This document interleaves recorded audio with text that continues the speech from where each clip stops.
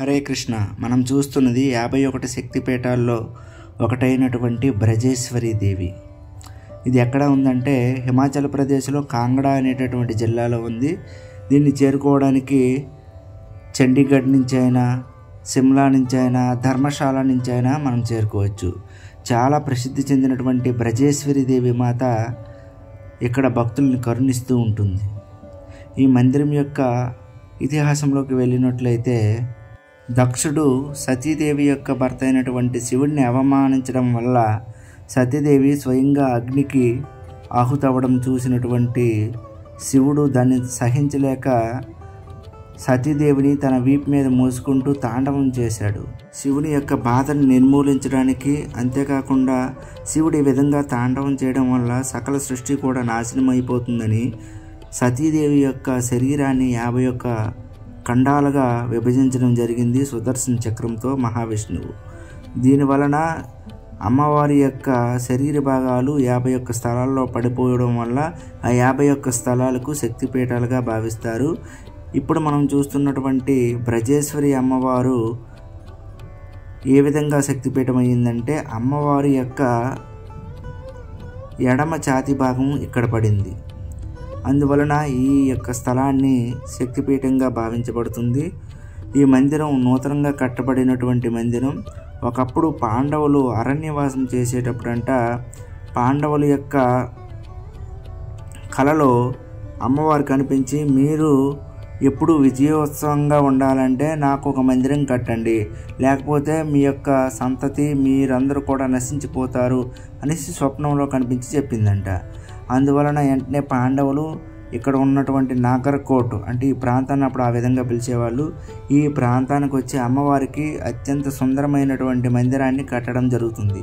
కానీ ఇది తర్వాత కాలంలో భూకంపం కారణంగా 1995లో మందిరం మొత్తం ధ్వంసమైపోతుంది. తర్వాత ఇది హిమాచల్ ప్రభుత్వం ద్వారా మళ్ళీ కట్టబడింది.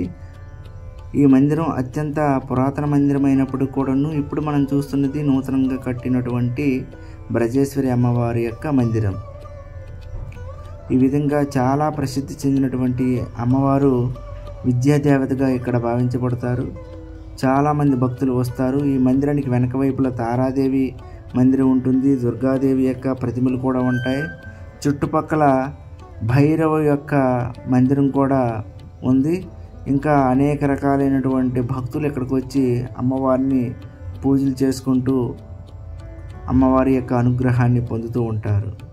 అక్బర్ సమయంలో ఒకానొక మహాభక్తుడు తన యొక్క శిరోఖండన చేసుకున్నారు, బలిదానం అమ్మవారికి ఇచ్చారనేసి కూడా చెప్తారు. ఇంకా చుట్టుపక్కల చూసినట్లయితే అమ్మవారి యొక్క నవ రూపాలు కూడా మనకి దర్శనమిస్తారు.